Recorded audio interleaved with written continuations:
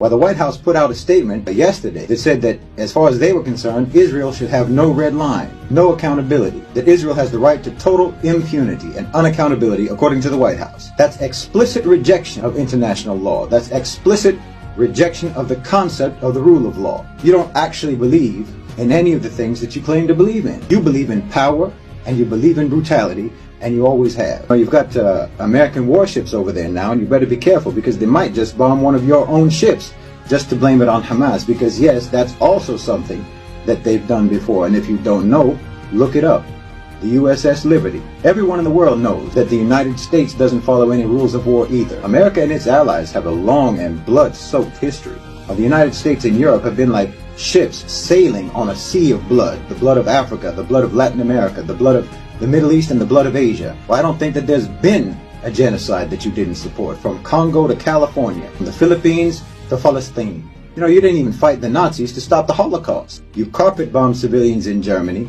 You murdered 80,000 innocent people in an instant in Hiroshima, and another 40,000 at Nagasaki in an instant, all in so-called self-defense. The rules that you make up on the fly, you still don't even follow those. That's because you are violent. You are violent and you believe in violence. What was that Netanyahu said? We're the people of the light, bombing women and babies, hospitals, churches, dropping white phosphorus on people to burn their skin off, blowing up entire city blocks of innocent civilians. That's the people of the light. You think that your violence is sacred. You think it's holy, sanctified atrocity. You think that the more violent you are and the more you're able to get away with that violence, the more it means that you're justified, the more it means that you are superior. And the superior always have the right to do whatever they want, don't they? If you can get away with being sadistic and evil, then you think it's proof of your superiority. And anyone who opposes you or expects you to follow any kind of rules is committing the ultimate crime of questioning your superiority.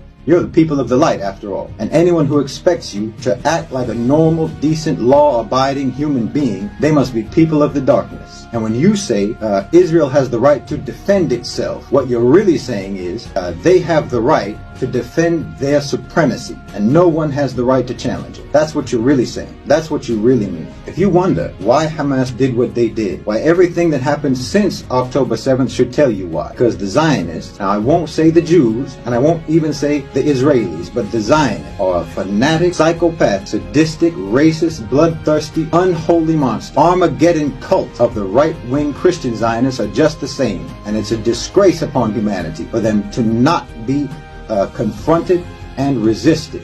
It's Western supremacy, colonialist, imperialist supremacy that's being confronted.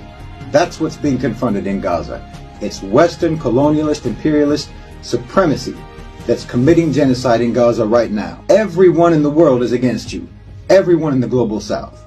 Gaza is a microcosm of centuries of anti-colonialist struggle. The entire global south, the BRICS nations, all called for a ceasefire. The whole global south is undertaking frantic diplomacy, trying to bring peace and an end to the carnage in Gaza. And who's against that?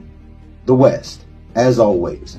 America tells everyone, don't escalate. Meanwhile, they're sending warships and they're sending special forces to Israel. They say, don't escalate, while they are escalating.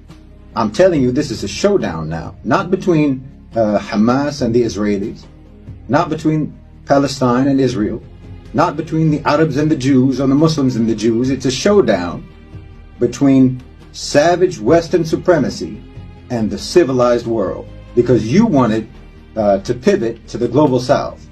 You wanted to transition the global economy, but you're sick. You're power mad. You can't stand for anyone to be genuinely free from your control.